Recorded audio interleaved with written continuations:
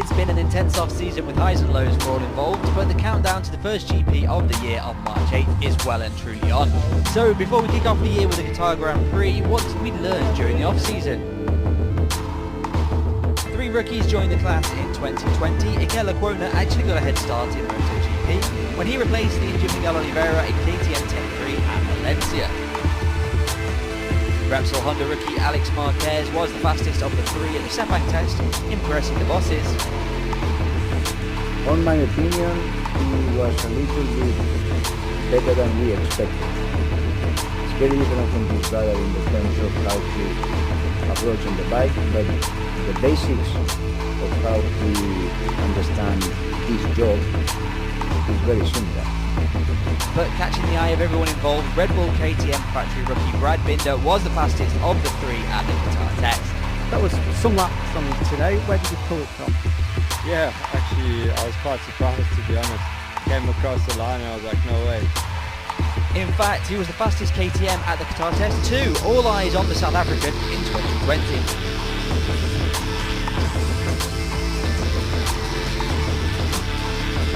Aprilia made a tremendous step forward during the off-season. Andrea Iannone was ruled out of testing, leaving Aleix Espargaro and Bradley Smith putting the hard test to work.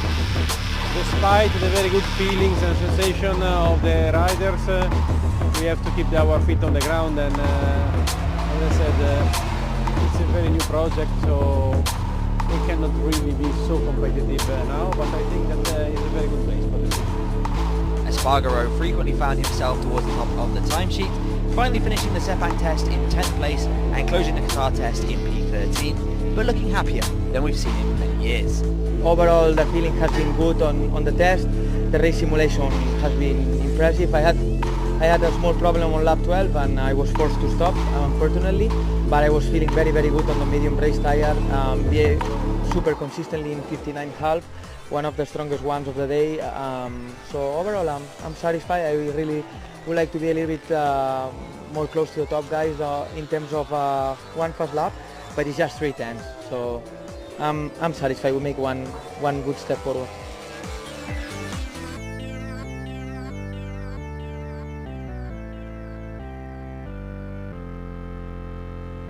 The biggest news at Qatar was arguably the latest Ducati innovation. You never quite know what the Linea and Tardozzi will pull out of their sleeves next. It would seem that there's some kind of ride height adjuster on the bike, similar to the whole shot device, but allowing them to change the bike height during the lap. There were, however, tight lips all round.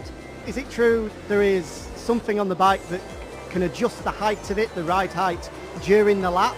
Sort of a step on from the whole shot device? This is something that people is speaking about. Is it true? It's something that maybe could be on the bike.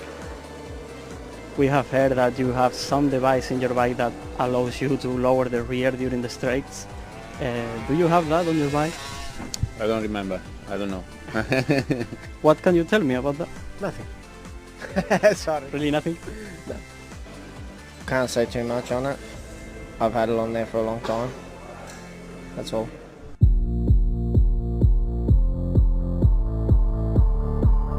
It would seem that Yamaha and Suzuki have made strides forward during the off-season, with Alex Rins consistently finishing inside the top 5 and Fabio Quartararo finishing top at the Sepang test, with Maverick Vinales finishing fastest in Qatar in a Yamaha top 3 lockout.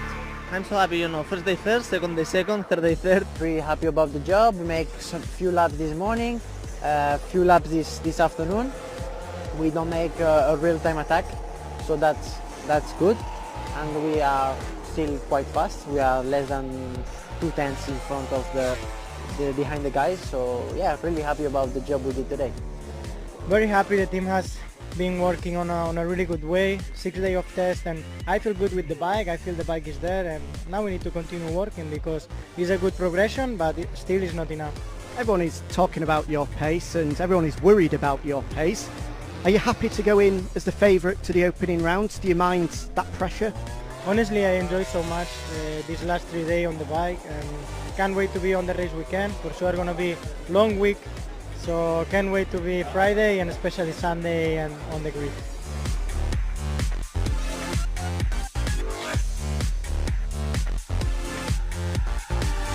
And finally, problems in the Repsol Honda box, as it would seem Marc Marquez isn't recovering quite as quickly as he would have liked from shoulder surgery, combining this with doubts about the direction of the Honda.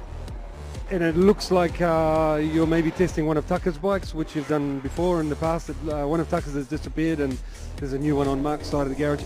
How big a problem is this front feel thing? Is there time to fix it before you go racing? Well, I mean, of course, we are not really fixed, it's clear. And when we fix the situation, we will be happier than now, but still we are on time and we know that we have to try till the last minute, and that's what we are doing. Indeed, it seemed that Marquez had to even revert back to the 2019 World Championship winning bike during the Qatar test. We are a big team, so there was something that HRC wanted to confirm, I think, in aerodynamic stuff or whatever. But he seemed much happier on the final day of testing. I was worried for two things. First of all, because we were not fast enough, and second thing is because I was missing all the feeling with the bike, and I didn't understand why.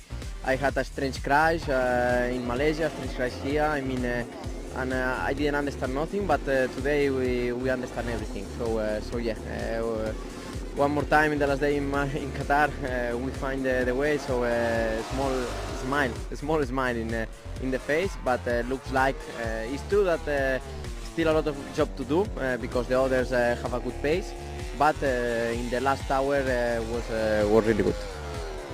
These are just 5 of our key takeaways from the 2020 off-season. What are the big questions that you're asking of your favourite riders in 2020? I'm sure they'll all be answered come March 8th.